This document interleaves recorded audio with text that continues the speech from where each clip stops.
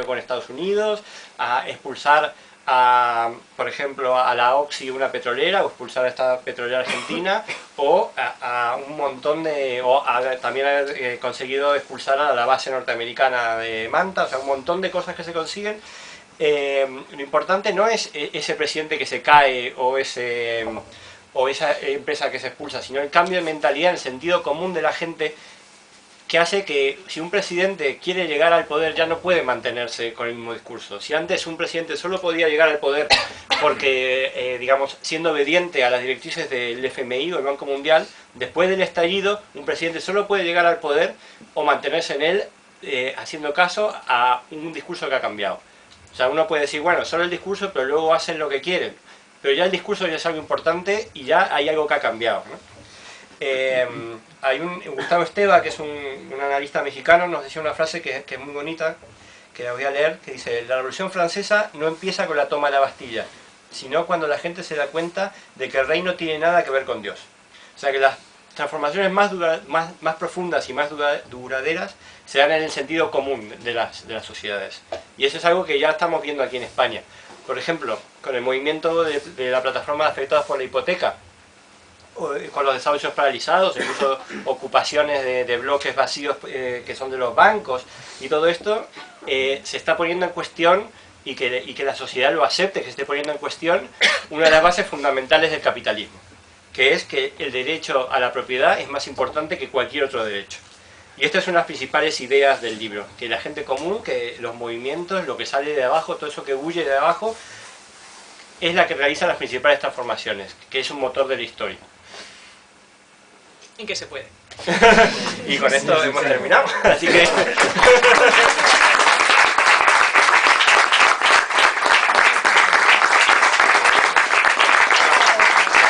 También interesante saber que podáis opinar o preguntar o que nos contéis si estáis viendo algo de que hemos contado, lo estáis viendo por aquí.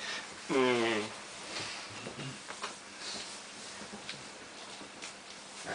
a romper el hielo un poco porque no... A ver, yo no puedo estar más de acuerdo que con las últimas palabras que has dicho, porque realmente creo que hay logros de los movimientos sociales que no se saben explicar o por la cultura que tenemos no lo sabemos apreciar. Por ejemplo, lo que has dicho de la plataforma de afectados por la hipoteca es muy importante para un desahucio y que una familia en ese momento pues, le solucione su problema, pero el gran logro es lo que acabas de decir, o sea, llevar a la sociedad de que todo el mundo tiene derecho a una vivienda, etcétera, etcétera. Entonces, a mí normalmente cuando hablo con gente me dice, hay algunos, no todos, que me dicen, por ejemplo, el 15M que ha fracasado porque ahora se está peor que antes. Digo, es que no sabéis lo que decís. Digo, el gran logro del 15M es el caldo de cultivo que ha creado la sociedad. Digo, claro, ¿eso cómo lo cuantificas? Es muy difícil.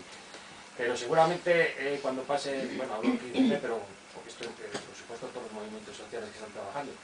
Pero cuando pasen 20 años y se estudie la historia de España, será uno de los movimientos más importantes en las maderas, el 15M, etcétera, etcétera. Es decir, a veces es muy difícil explicar esos logros, ¿sabes? Porque no tenemos la cultura, y son grandes logros, porque es el cambio de pensamiento a lo que tú hablabais antes, donde tenemos que ir, porque realmente cuando se cambie ese pensamiento es cuando cambiaremos la sociedad. Bueno, no sé si es una pregunta o una opinión. No, estamos 100% de acuerdo contigo. A mí una cosilla que se me ocurre, que es también otra paradoja, que hasta hace 4 patadas, aquí en esta parte del mundo éramos el referente para la otra parte del mundo, ¿no?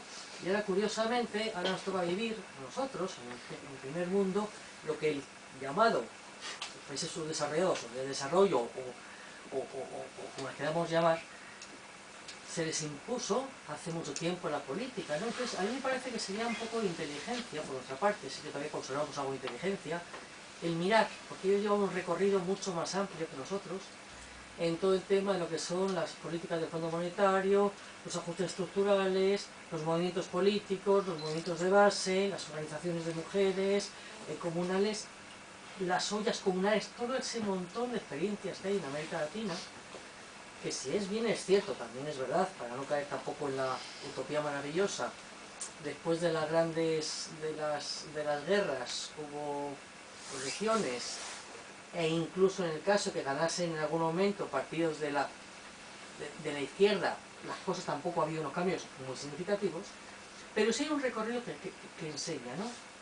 que enseña sobre todo eso, que la suma de las pequeñas cosas, que a veces no se pueden medir, hay que darles mucho valor, tampoco hay que colgarse los laureles, no vaya a ser que nos muramos en el intento de esto, pero a mí me parece que lo que sí que nos queda es un grandísimo reto, particularmente, eso es una visión muy particular, y es que nos toca romper efectivamente las viejas estructuras. Y las viejas estructuras pasan por romper el esquema que tenemos de los partidos, de los sindicatos, de las organizaciones, incluso la sociedad, y romper sobre todo con lo que es el esquema neoliberal. No es el dinero lo primero, sino son las personas lo primero, y a partir de ahí veamos cómo hacemos, ¿no? Entonces yo creo que ese es el problemón que tenemos encima. Creo que la sociedad va moviendo cositas, se van moviendo piezas, a mí me parece muy importante eso, pero creo que hace falta por parte de los sectores más organizados, políticos, tal y cual, el dar un giro a la forma de pensar y a las propuestas, que no hay, o parece que no.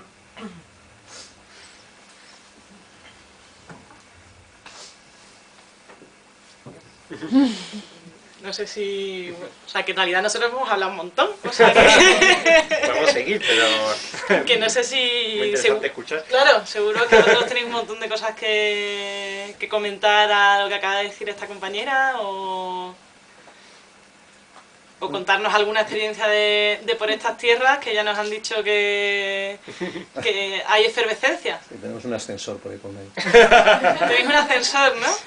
No, yo agradeceros el que hayáis sido capaces de recopilar toda esa dosis de optimismo, porque yo creo que nos es muy necesaria, ¿no?